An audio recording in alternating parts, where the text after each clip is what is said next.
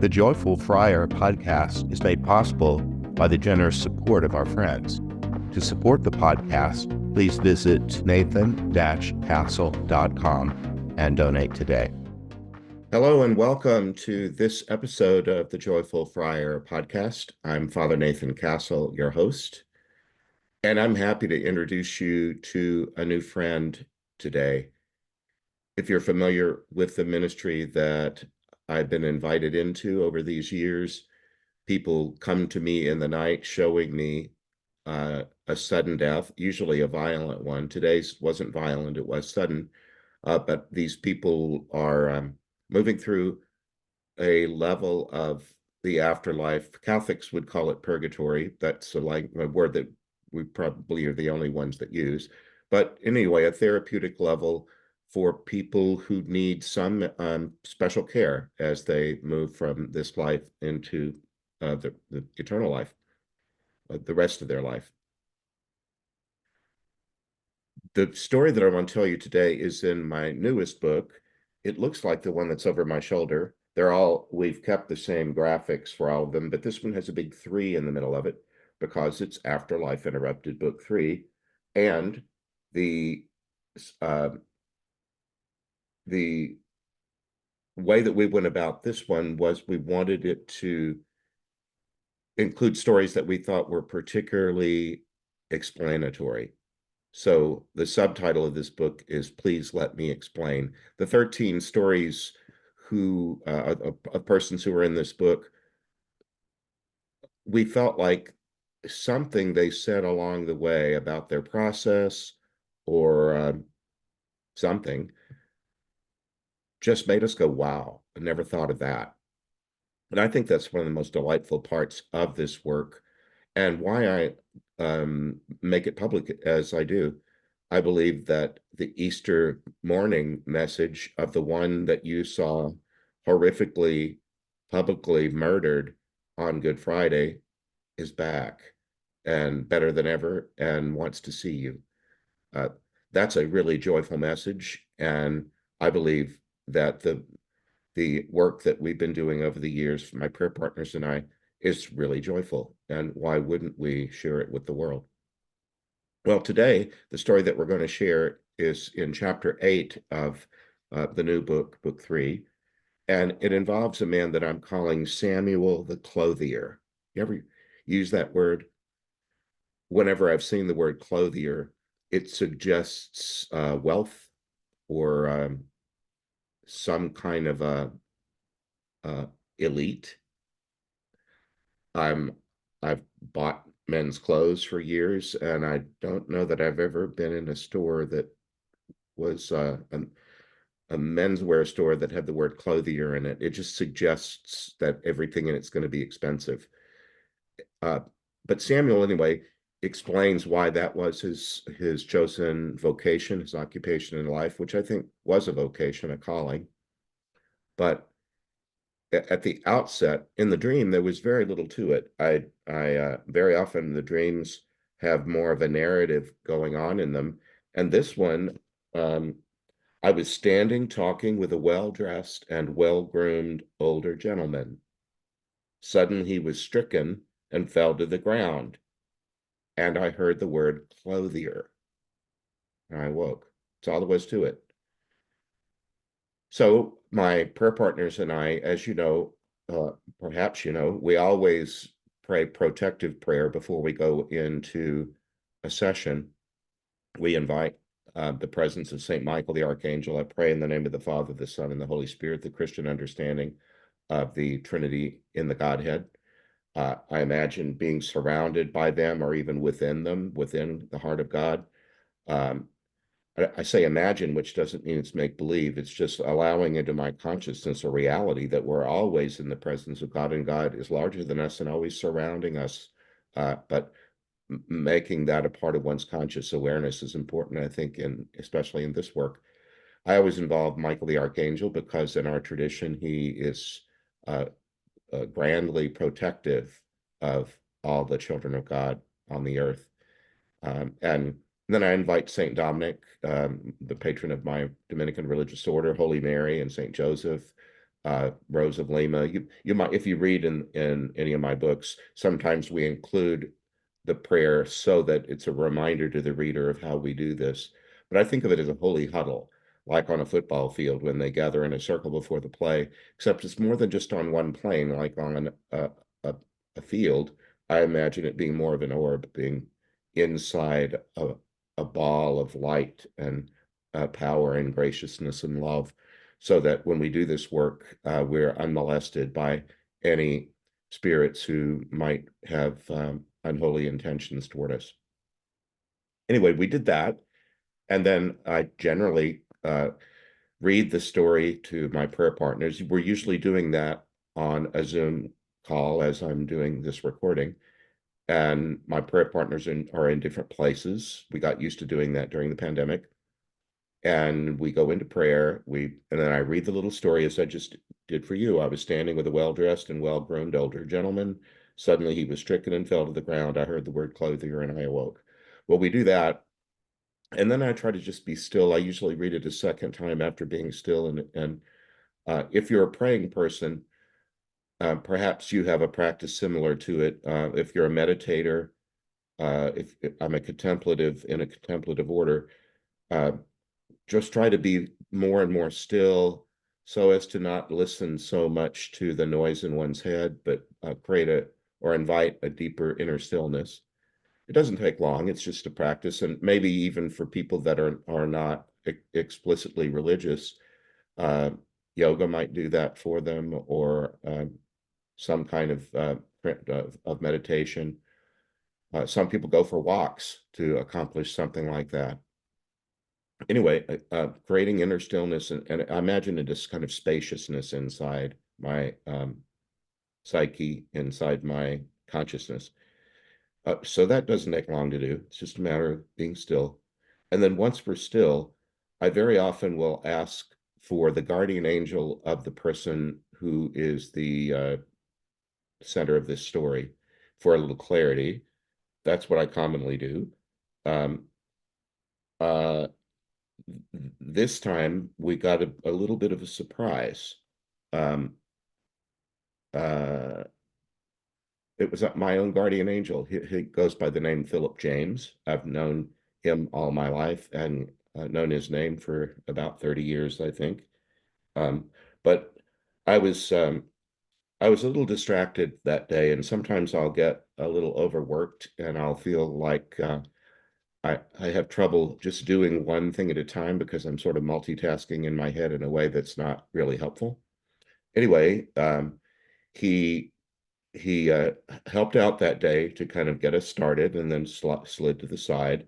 And then a guardian named Amos, Amos, spoke up and explained that he was the one who guarded the soul that we would help today. Um, he died of what he said was a sudden jolt to what was a very ordered, systematic way of being. Um, and then we received the person we were helping that day. The dream, I said that I was with an elderly gentleman who had a particularly careful grooming. He, and I used the word portly to describe him. He didn't look, well, there's unkind words for being a little heavy, flabby, for example. Well, portly in my vocabulary is one that has a kind of distinguished character to it, just describing a body type. And this man was older and portly and well dressed and well groomed.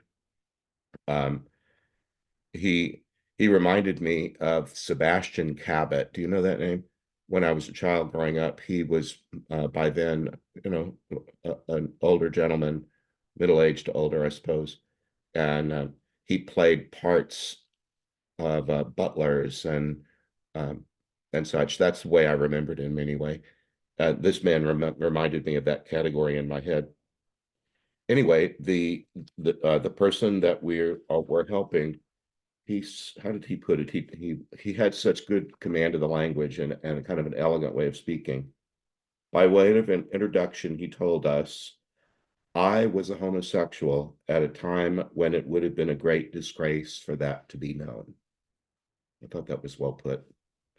Um, he said that when he was younger, he was called Sam or Sammy, but as he made his way into the world, and I suppose in his middle to late adolescence, young adulthood, he was pretty sure that indeed he was homosexual and that that was just a fact of his existence. I liked the way he said, but I was determined to live a happy life. Isn't that a great way to put it?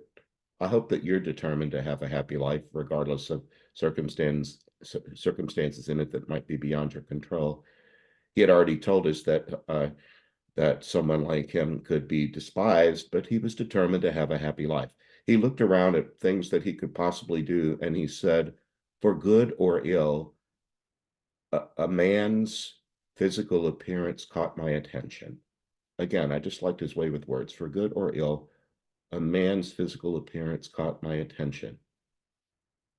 He decided to try to take that characteristic or attribute and use it advantageously and at the service of other people, not in a lusty way, but in by way of service.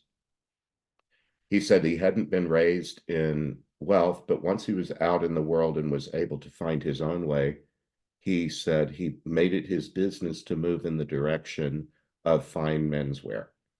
And he found that to be a job that turned into a life's work. I loved the way he described his work.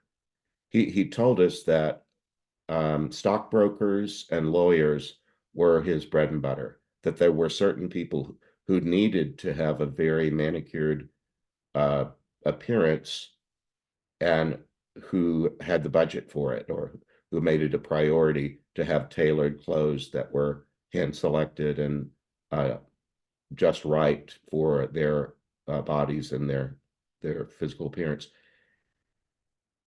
But he said, but sometimes there would be an occasion where a man might be going to a wedding or getting married, or maybe going to a job interview, or for some reason had a reason to want to look his very best and have professional assistance in buying a suit of clothes.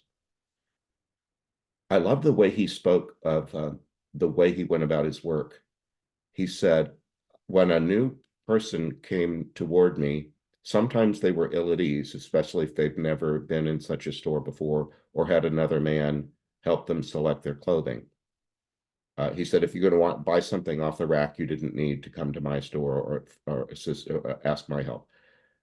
But he said, I would always ask them at the outset, would you be willing to tell me something about your physical appearance that you think is attractive?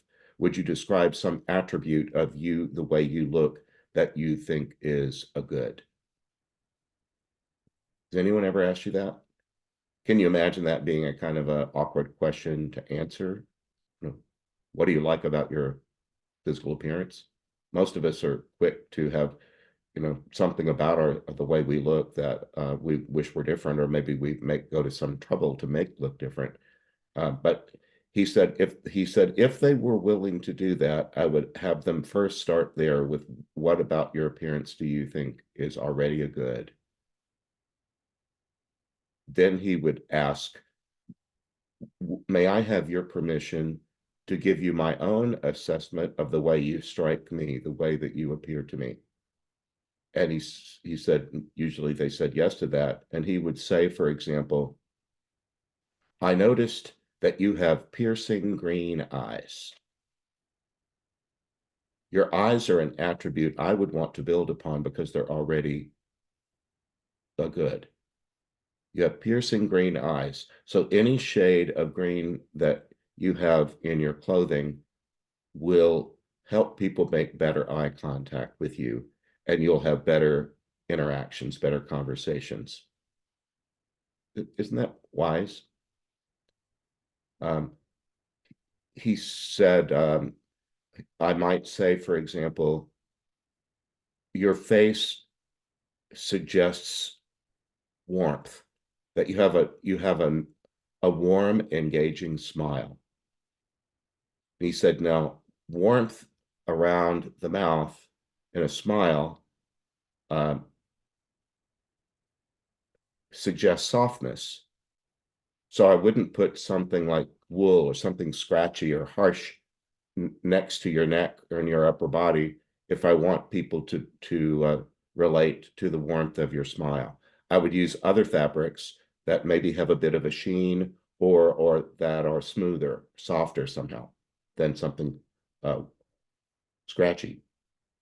So he would educate them about what he was choosing for them and and make sure they understood that what the choices he were making were specific to them and that he wanted them to feel great inside whatever clothing. He said I was not a costumer. I wasn't, and we weren't preparing someone to act in a play. I wanted whatever they wore to feel authentically them, but bolstering the man's sense of self that might make him walk out of the store or into wherever he was going with his new set of clothes with uh, confidence, which just means to have faith. That's what confidence means, to have faith in oneself. So I love the way he spoke about the work that he did.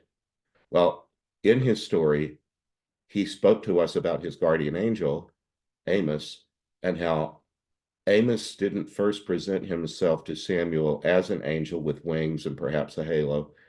He said he presented himself to me upon my death as as someone who might have been a long-term loyal customer. And Samuel had told us that he had a number of those long-term clients who only came to him. And he said sometimes they'd spend the better part of a day bringing in a lot of their clothing and saying, is this still in fashion? Should I get rid of this? Should I replace it with something else? He said he presented himself, my guardian presented himself to me as something like a long-term customer. And he allowed me to, and he was in human form, which the angels can easily do if they want to. But he said his guardian was, he was working with his guardian as he would with a client when his guardian said, would you allow me to show myself to you as I truly am? I'm going to repeat that. Would you allow me to show myself to you as I truly am? Have you ever done that with somebody? Maybe not in so many words, but it involves a vulnerability that might be showing that a relationship is moving from one level of engagement to something more intimate or something more honest. Anyway, would you allow me to show myself to you as I truly am? And Samuel said, well, of course I would. And so he said, then watch me carefully. And then Samuel explained to us that his guardian Amos, he used the word pirouette. He turned in a circle and he said, as he did, his human form morphed into nothing but brilliant light. And he said it was a light full of color and radiance and glory and beauty beyond anything that he had ever seen before. It wasn't long lasting, it was momentary. It just was making a turn. And he said, now take a good look at me in this form as it's my native form as I truly am, but I'm going to turn myself back into the form that I was with you just a moment ago. So take one good last look, and then I'm going to morph back into my prior form. Then his guardian said, what did you see? And he said something like, I saw magnificence. I saw beauty beyond any beauty that I've ever seen before. And he said, I lived my life around the creation of beauty and form and line and color, and I've just never seen anything as beautiful as what you just showed me. And then his guardian Amos took him in hand as though he were a customer in a clothing store and said, would you step over here before these mirrors? Have you been in any kind of clothing store, or I think even a shoe store, where they have three mirrors, one that's flat in front of you and two that are angled perhaps at like a 45-degree angle, and you're wearing something different, and you step into that space and you're able to see peripherally more of you than you would normally ever see.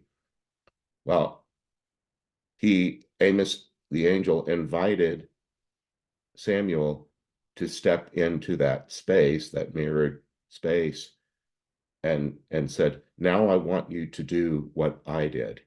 I want you to make a turn, a full turn, full slow turn, and watch what happens. And Samuel said he did as he was instructed, and as he turned, he also became a being of light, a different light, because he's a different person and a different order of being. But he got to see himself as nothing but beauty, as the beautiful creation that God had made him to be. He had to look at himself and see himself as magnificent, as a magnificent, beautiful creation of God. And then Amos said to him, it only was momentary, and then he turned back into his prior form, more human looking or somehow embodied, I don't know. But Amos said to him, what did you see? And he said, I saw beauty and goodness beyond anything that I'd ever seen in myself before. And Amos said, do you believe that what you just saw was true? That you really are beautiful and whole and glorious? And he said, well, of course I believe it. I just saw it. So uh, he went on to say that having lived at, what did he call it, a time and a place where I was homosexual at a time when it would have been a great disgrace for that to be known. I don't think that's utterly gone away in the lives of a lot of homosexual persons today. It's changed during my lifetime, but he said there were plenty of people who were, had they known more about me than I was willing to tell them, would have been happy to supply with more reasons uh, for which to um, loathe myself or to think badly of myself. He said, but I saw this vision and I knew its truth because I saw it. Well, I've included that story here because I don't think having some sort of poor estimation of ourselves is unique to homosexual persons at all.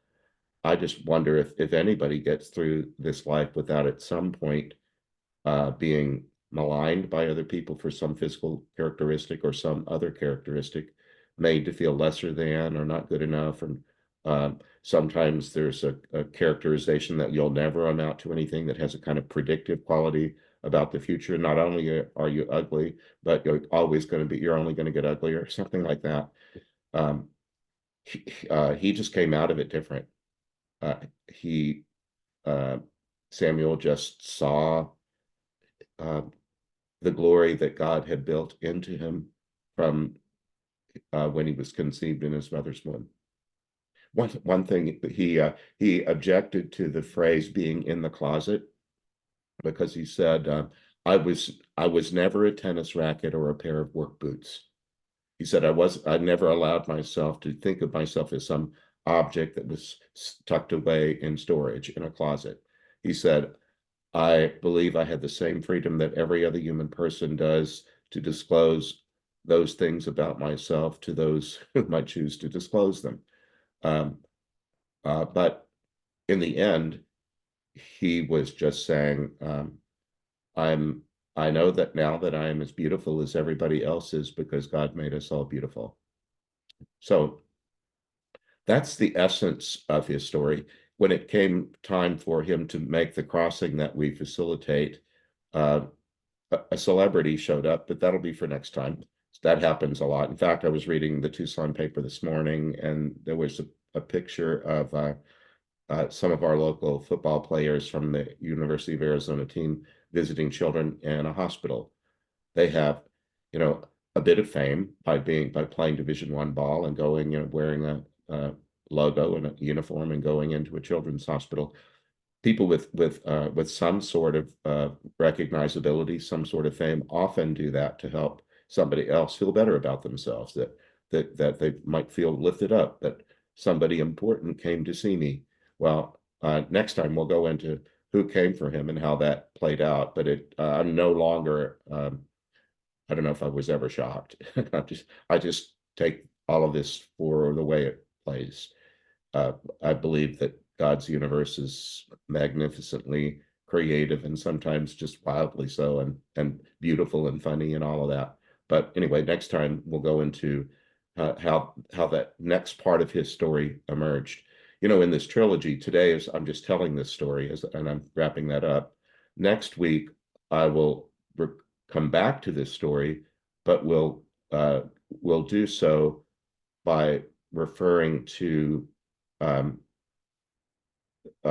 challenges that might come up in this story. I often get, after people have had a chance to take in a story, they'll email me and they'll have some sort of question that it touches them, a kind of response to the story that's very often heartfelt. So next time we'll do that, and then we'll go on to a spiritual practice that this story might have inspired. But for now, this book from which this story came is book 3. It's on Amazon. It's available so far in this paper version and in an e-reader version. We're almost finished making the audiobook version, but it's not yet available. But watch for that if you like taking in books via audiobook. But for now, know that I'm praying for you, and I hope to be with you again next time. God bless you. Bye-bye. I hope you enjoyed this episode of The Joyful Friar. Please like, follow, and subscribe. You can visit me at nathan-castle.com. Send me a message by clicking the contact button. God bless.